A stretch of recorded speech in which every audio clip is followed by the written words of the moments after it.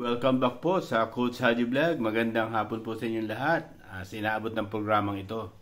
Kung ano man po ang mayroon kayong kalagayan ngayon. Kung gabi po, magandang gabi po. Kung umaga naman, magandang umaga.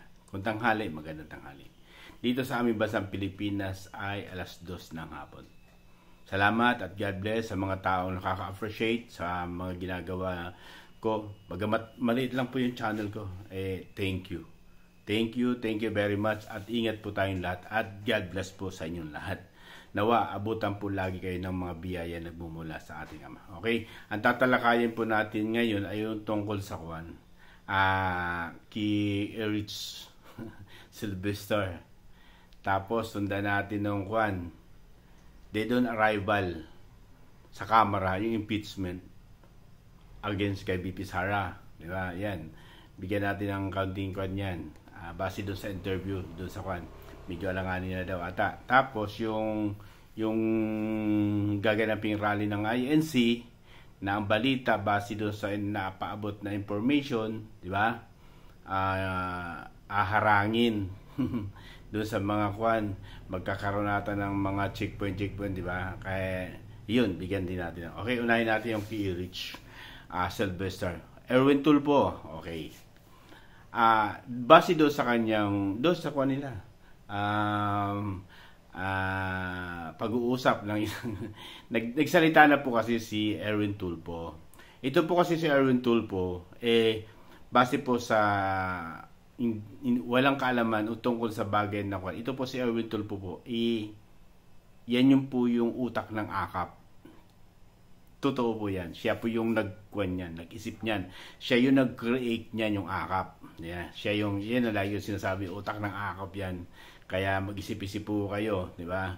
Tapos, ito po kasi Erwin Tulfo, bali, doon sa mga aligasyon na pinupukol sa kanya tungkol sa nahalungkat na baho niya, pinaskwan niya yan. Sumagot siya dyan. Base sa mga sagot, hindi naman ang issue po kasi mga kapatid, lingid po siya, nililihis niya mga kapatid.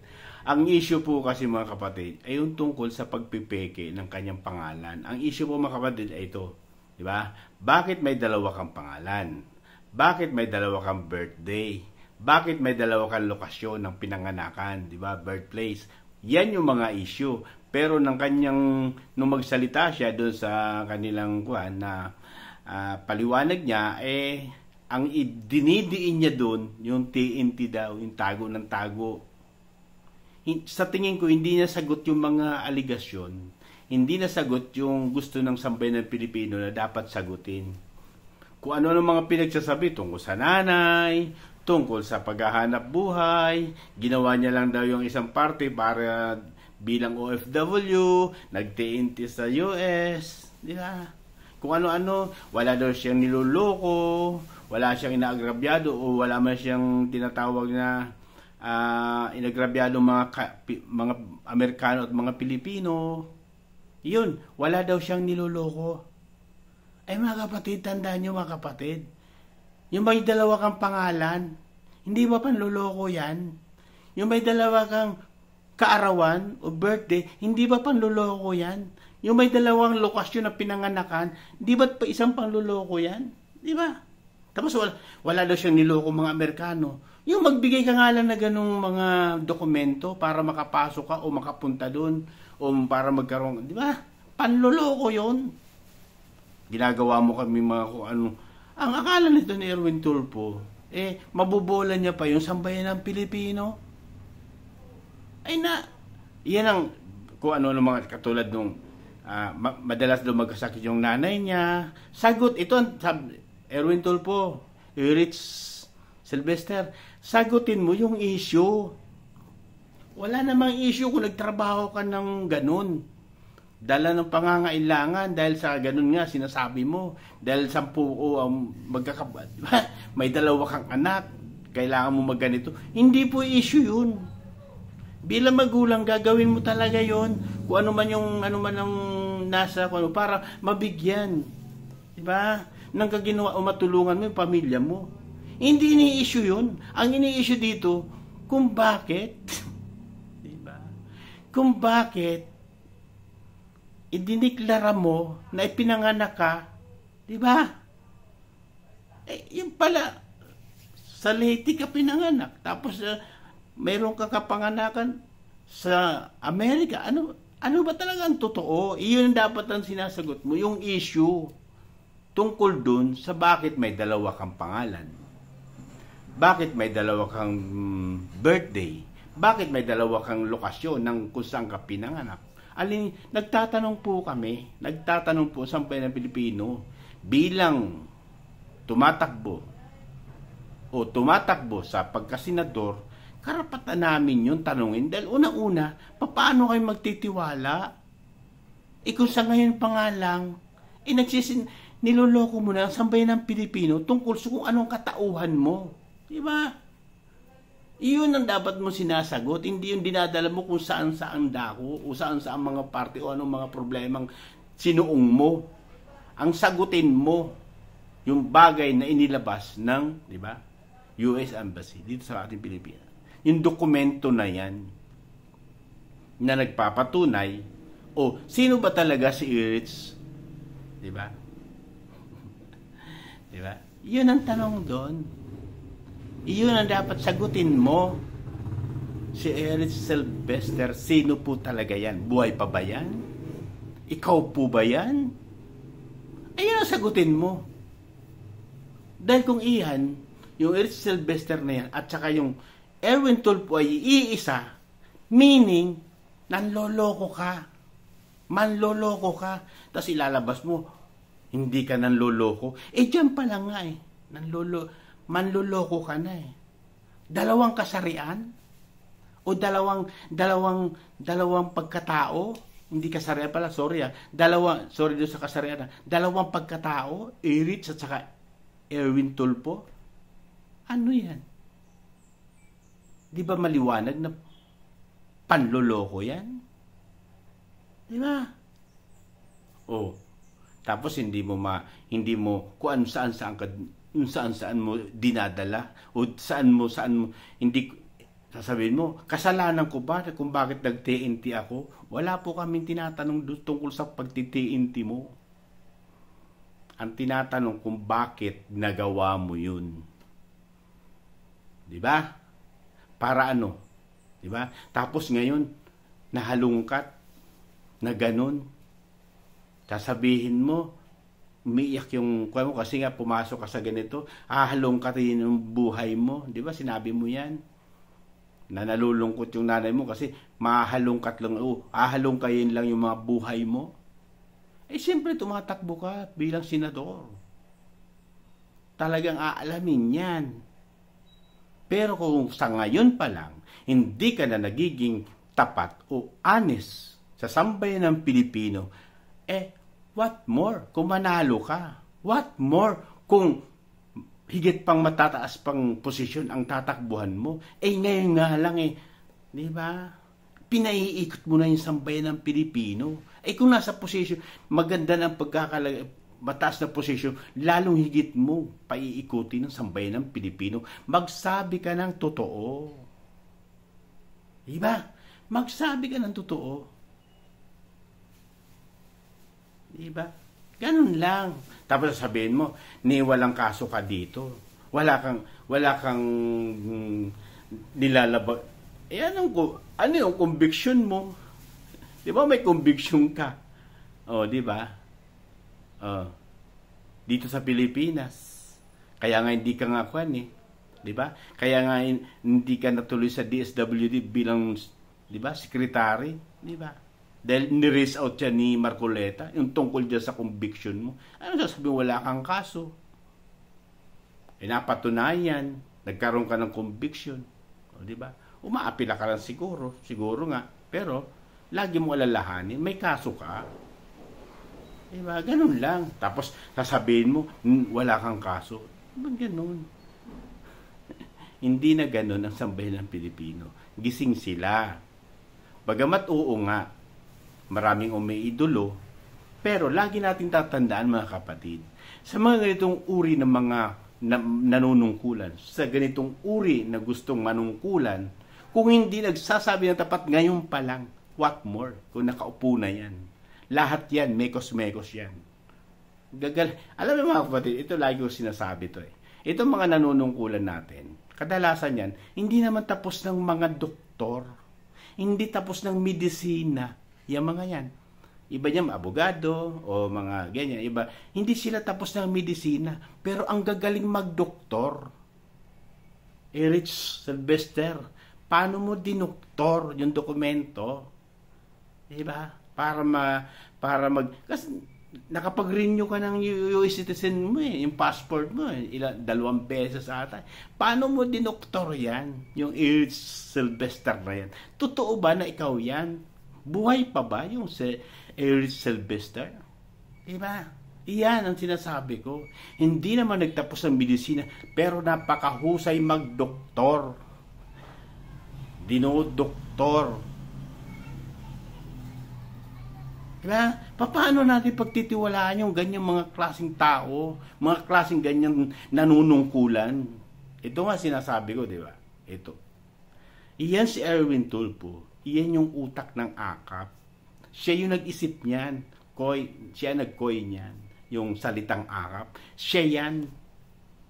Kasama niya si Tambaloslos. Oh. Di ba? Oh, yan. Nabunyag na. Sa interview ni Mayor Magalong, 777. Oh. Segway lang tayo. Oh. Ano? Di pasubalian nyo yung sinabi ni Mayor Magalong. Ito na, salute po sir ha. Mayor Magalong. Madalang na yung mga ganyang tao na nanunungkulan ng tapat at may tinatawag na direksyon. Di ba? Madalang na yung ganyang mga tao. Kaya mag-ingat po tayo mga kapatid sa mga ganyang klaseng leader, sa ganyang mga klaseng lumalapit sa atin. Lumalapit sa atin, nasasabihin ganito ang intention, malinis po ang intention ko. Pero, di ba? Sa simula't sisimula, may kinukubli pala, may itinatago. Oh, kaya mag-ingat po tayo. Okay mga kapatid? Pag-ingatan natin yung magiging boto natin. Doon na tayo sa mga taong tapat na gustong manungkulan, bagamat hindi gaanong popular, pero totoong nagsasabi ng totoo para manungkulan siya. Kuha na po kasi ngayon mga kapatid, hindi na tinitingnan yung credential. Oo, ganyan mga kapatid. Kahit napakaganda ng platform mo o mga tinatawag na plataforma di gobyerno, hindi na gano'ng pinapansin yun. Ang pinapansin ngayon ito. Pag nagbigay ng AKAP yan, 777, yun na. Kahit walang malinaw na plataforma di gobyerno, mananalo. Bakit? Ito na ang pinaglalabanan ngayon. Iyon ang dapat nating alisin sa kultura ng mga sambilang Pilipino. Bakit? Nawawala na yung quality o nawawala na yung tamang paglilingkod. Bakit? Pera ang pinaiiral. Pera ang iginagalaw. Pero pag nanalo, babawiin pa rin yun. Yun ang masakit mga kababayan. O aking mga kapatid, sana makita nyo yung mga ganitong klase. Okay mga kapatid? Sunod natin yung kwan. Tungkol sa kwan, yung dead on arrival sa Kamara. Base doon sa interview ni Karen Davila, hindi na daw kayang gampanan o hindi na kayang i-schedule kasi ang lumalabas po ata doon sa schedule na yan, may nalalabi na lang ang Congress na 15 session. Ang kailangan nila para makuha yung impeachment against kay BP Sara ay kailangan nila ng 18 session. 15 na lang daw. Baka kakapusin daw yung kwan. Base doon sa kwan baka hindi na ma-entertain. Pero ito sa mga kapatid palusot lang yun, yung mga gano'n, palusot lang yun, yung sa kwan. Secretary, kwan ba ng Congress, yung tumatanggap ng complaint na impeachment. Hindi na daw talaga, malabo na daw talaga maaasikaso yan at hindi pa rin makakapaghanap ng kung tawagin boto sa 1/3. Palusot lang yung mga kapatid. Tandaan mo mga kapatid kung hindi nag-ingay ang INC, kahit dalawang session pa yan, kung talagang i-impeach nila yan, si BP Sara. Bakit? Mayroon silang bilang, kontrolado ni Tambaloslos ang Congress. kaya nilang i-run yan. Pero bakit hindi na baga delay o kaya bakit hindi na ini-entertain? Kasi nag-ingay nga yung INC. Ayaw doon, base doon sa inilabas ng INC, ayaw no impeachment against kay BP Sara. Bakit? Sinabi ng Pangulong BBM, ayaw niya, wala daw mapapala ang sambayan ng Pilipino. Yun ang siguro naiisip ni BBM. Kasi ako, tunog ko lang mga kapatid, aking sariling opinion ko lang po ito. Sariling opinion po ito. Hindi opinion ng ano paman. Yung bagay na yan, ni-rates out lang talaga yan, o sinabi lang ng BBM yan para magpabango o ano pa man. Pero ang totoo, yung nasa loob niyan, opinion ko lang po bahagi yan. Na gusto niya rin impeach ang BP Sara. Pero dahil na-checkmate siya doon, di ba? Na-checkmate siya, nagsalita tungkol siya doon, sinakyan ng INC, yung bagay na sinabi na totoo naman, na walang mapapala at walang mapakikinabangan sa sambayan ng Pilipino, ayun. Siguro naisip, naku, ba't nga ba nasabi ko pa yun? Siguro ngayon nagsisisi yan Kung ba't na ba sabi ko pa yun? Ayun. Chinikmit siya ng INC. Kumbaga, sinuportahan ng INC yung kanyang pahayag. Kaya wala kang masasabing paglabag yung sa INC. Di ba? Bakit? Yun ang gusto rin ng Pangulo. Kontrolado mo yung Congress. Kahit pa paano, may control ka rin sa Senado bilang Pangulo ka. Siyempre, makikinig yan. Pero dahil naglabas siya ng ganung pahayag, ayun, siguro, sa ngayon opinion ko lang para nagsisisi yan. Ba't nga ba nasabi ko pa yun? Diba? Ayun, sinakyan ng ANC. Kaya yung rally nila sa Lunes o sa January 13, 2025, yung impeachment against kay BP Sara, they don't arrival sa Congress. Pero ako, opinion ko, magpapalamig lang yan. Ganun lang yan mga kapatid. Kasi nga una-una mainit. Mainit yung isasagawang rally. Kwanto mga kapatid pakikiramdaman nila yan. Bakit nila hindi sila makahanap o may yung mga ibang congressman parang hirap pumirma? Dahil unang-una, ito na yung eleksyon. May kaugnayan yan mga kapatid. Sige, pumirma ka. Alam mo naman yung mga congressman, di ba? Bawat distrito yan, kahit ang lakas ng INC sa mga ganyan, sa bawat distrito, o di ba? Sa bawat lokalidad, malakas ang INC dyan. Sige nga, makakahanap ka ba? Yung isang tumatakbo congressman, isusugal mo yung kapalaran mo para hindi ka suportahan ng INC. Di ba? Kaya yan yung galaw na yan, dahil sa politikang paparating, umurong yan. Umurong yung mga congressman para lang makita ng INC na hindi nila sinusuporta. Pero base sa akin, yung sariling opinion, nagpapalamig lang yan. Bakit? Kontrolado yan ni Tambaloslos ang buong Kongreso. Tambak yan Kumbaga, nilaanan na ng kanya Sabi nga ni Senator Amy Marcos, di ba? Trilyon ang nilaan sa impeachment ni BP Sara. Bakit? Bakit nagsagawa ng ganyan? Parang hindi ini-entertain. Kasi nga, nandiyan na yung eleksyon. Nag-iisip yung mga congressman. District by district yan. Ang lakas ng iglesia dyan. Di ba yung, kumbaga sa national, okay, pero sa district, bawat district yan, lalo sa malalaking city, man lakas ng iglesia dyan. Ikaw, hindi ka ba mag-iisip? Di ba? Hindi ka ba mag-iisip doon sa kandidatura mo para maonsyami at hindi ka support? Di ba? Kaya hindi sila makakalap. Pero base sa impormasyon na karating sa atin at may nagkuhan sa atin, yung mga makabayang black, hindi talaga sila pumapayag. Gusto talaga nilang i-impeach si BP Sara. Bakit? Ayaw nila ng kapayapaan. Gusto nila kaguluhan. Iyan ang tandaan mo, BBM. Iyan ang tandaan mo. Kung akala mo, kamping-kampi sa'yo, o akala mo, di ba, sinusunod ka, o kinuha ka ng mga makabayang black na yan, na grupo na yan, bayan mo na sa Manuel, sa Brosa, sa La Castro, ang akala mo, maniwala ka,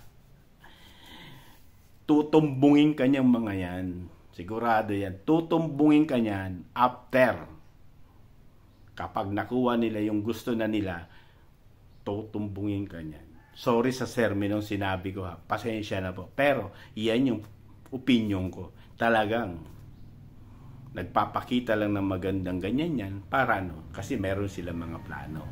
After na magawa na nila yan, ikaw naman ang babalikan yan. Kaya mag-ingat po mga kapatid sa mga ganitong bagay. Kasi nga unang-una, nandun tayo sa parte na talagang mahirap. Diba? Mahirap sa isang parte na nagbibigay ng ganyan. Nang akala mo tao. Yung pala, tatalikurin ka rin. Kaya masakit yan. Mag-ingat po tayo. Mag-ingat po, BBM, sa mga ganong kwan. Ang akala mo kampisay yan. Never yan. Okay? Yung tinasabi pa na kwan na haharangin yung bawat checkpoint, magkakaroon ng checkpoint sa rally ng INC sa January 13, 2025, magkakaroon ng harangin, wag naman. Pero, base sa mga nakarating, magkakaroon natin ng checkpoint. Bigyan natin ng pagkakataon yung mga bagay na gusto magsalita. Bakit? Nandiyan naman yan sa freedom of expression. Nandiyan sa Bill of Rights. Karapatan nila yan. Pero nagtatanong nga sila, di ba? Bakit daw sa Liwasan, mas maliit at hindi sa Luneta? Mga kapatid, in-explain na po yan sa ganang mamamayan. Hindi sila pinayagan sa Luneta. Dahil may gagamit daw hanggang Marso na. Kaya, ang nangyari, sa Liwasan Bonifacio, hindi mo na kailangan ng permit. Kasi Freedom Park po yan. Yun nga lang, sabi nga doon sa Kwan, gusto nila makipagpalit na lang yung nauna sa Luneta o sa grandstand. Makipagpalit na lang. Kasi una-una hindi talaga nyo kayang, talagang kahit sabihin mo ganun kalaki yung grandstand na yan o Luneta na yan, kayang apaw yan pag ang INC ang pumunta dyan. Apaw yan. Kasi ini-issue ngayon, dyan lang kayo sa Liwasan kasi konti lang daw kayo. Di tingnan nyo. Tingnan nyo kung hanggang saan naaabot yun. Siyempre, ang estimate nila sa Liwasan, ganyan lang. Pero yun base doon sa kuha na haharangin, kukuha na ng checkpoint, wag naman po. Mga armed force o mga nandiyan sa pangangalaga ng ating katahimikan, yung mga pulis natin, yung mga kung ano pa man, bigyan nyo po sila ng karapatan. Nasa Bill of Rights naman yan. Kung wala naman silang nilalabag o ano pa man, maging sana naman, ipagkaloob nyo po yung ganong sistema o sitwasyon para makapagdaos naman sila. Bakit? Unang-una, ang layo naman nila yung kapayapaan, katahimikan para sa ating bayan. Huwag nyo naman po sanang ganunin na baka yung mga bagay na magmumula sa iba't ibang kalapit probinsya hindi makarating dyan. Huwag naman. Dahil wala naman silang intensyon o ano pa man. Ang kanilang intensyon ay para sa kapayapaan, para sa pagkakaisa, at para sa ikauunlad ng ating bayan. Dahil ang unang-una, kapag magulo ang ating bayan, walang katahimikan ay walang pag-unlad. Yun lang mga kapatid, sana naman ay mapayapa po. Pero base doon sa mga ganyang sitwasyon na isinasagawa ng INC, naniniwala ako na magtatagumpay sila. Bakit? Bago nila gawin yan, may panatayan, may gabay yan. Umihingi sila ng gabay at idinudulog nila sa taas yan. Kaya naniniwala ako na talagang yung kanilang gagawin hakbang na yan, yung kanilang national rally na for peace, alam ko man magtatagumpay at may isasagawa nila ng mapayapa. Bakit? Naidulog nila yan. Naipagpanata nila yan. Ang magagawa ng tao, ibig sabihin, ang magagawa ng Diyos, hindi magagawa ng tao. Kaya doon ako nananampalataya na magiging mapayapa po ang idaraos na rally ng INC. Dahil yun nga po, ang nasabi ko, kung kaya mo bilang tao, mas higit na kaya ng Diyos yung magagawa niya ng katahimikan. Kaya sana naman mabigyan ng liwanag sa ating isipan yung mga maggagawa ng mga tinatawag na checkpoint o barik o ano pa mang bagay, huwag naman nyo sanang harangin. Kasi unang-una wala silang ibang intensyon. Nakikiusap po kami, mapayapa po yan. Siguradong mapayapa yan. Huwag naman po kayo sumunod sa isang bagay na utos na mali. Nakapaloob yan sa Bill of Rights. Karapatan nila yan. karapatan ng sambayan, bawat sambayan, maging ikaw, karapatan mo rin yan, na pwede ka magsalita, pwede mong ihayag yung ano pa man yung mga bagay na gusto mo para sa, lalong higit ito, yung INC na to, para sa kapayapaan. Ayaw nyo ba ng kapayapaan? Ayaw ba ng katahimikan? Ayaw nyo ba pagunlad ng ating bayan? Gusto nyo ba kaguluhan? Sinong investor o investment ang papasok sa ating bayan kung magulo ang ating bayan?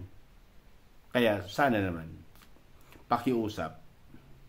Kapag sila nag-organize po kasi, yung mga INC, organisado po yan. Sumusunod yan sa lahat ng mga tuntunin o protocol na kanilang ilalatag. Masunurin po yan. Masunurin po yan. Maniwala po kayo. Masunurin po yan. Kung ano ang sinabi o ano man mga bagay na guidelines o ano man, dun lang sila susunod. Hindi yan yung mga tinatawag na violente na katulad ng mga nangyayari sa Jones Bridge, sa may recto na nagkagulo, halos sinaktan yung mga pulis. Hindi po ganyan yan. Hindi po ganyan yan. Never nilang maiisip yan. Kung sila mapanakit sa ating mga kapulisan, sa INC po, hindi nila gagawin yan. Kaya, pakiusap po sa mga pulis na magbaban o ano paman, bigyan niyo po sila ng laya. Bigyan niyo po sila ng katahimikan na makapagdaos ng kanilang gustong gawin. Dahil para sa kapayapaan po. Sana po mag-ingat po tayong lahat. At sana po, yun nga, doon sa mga naninira sa INC, ay maghunis-dili po kayo. Maghunis-dili po kayo. Dahil ang karma, dili nagsaba. Ganun niya. Mag-ingat po kayo sa mga ganun. Dahil unang-una, wala naman silang ginagawang masama. Bakit nyo ginaganon? Kung ikaw, sabi nila nga, di ba? Abogado daw yan eh. Kung ano namang pinili, bakit hindi daw sa Luneta? Kung ikaw gusto mo ng kaguluhan, ang INC po, hindi po. Lagi nasa katahimikan at nasa panig yan ng mabuting kung ano ang nararapat at ikagaganda ng ating bayan. God bless po sa lahat at sana ingat po tayo lagi at nawa maging mapayapa po. At sana nga po tumahimik na po o magkaroon maibsan na ang kaguluhan o function sa bawat panig na nagiging gulo at maunawaan na rin ang mga namumuno o mga nakaupo ngayon na huwag masyadong nagmamalabis. Okay, God bless po at ingat po tayong lagi.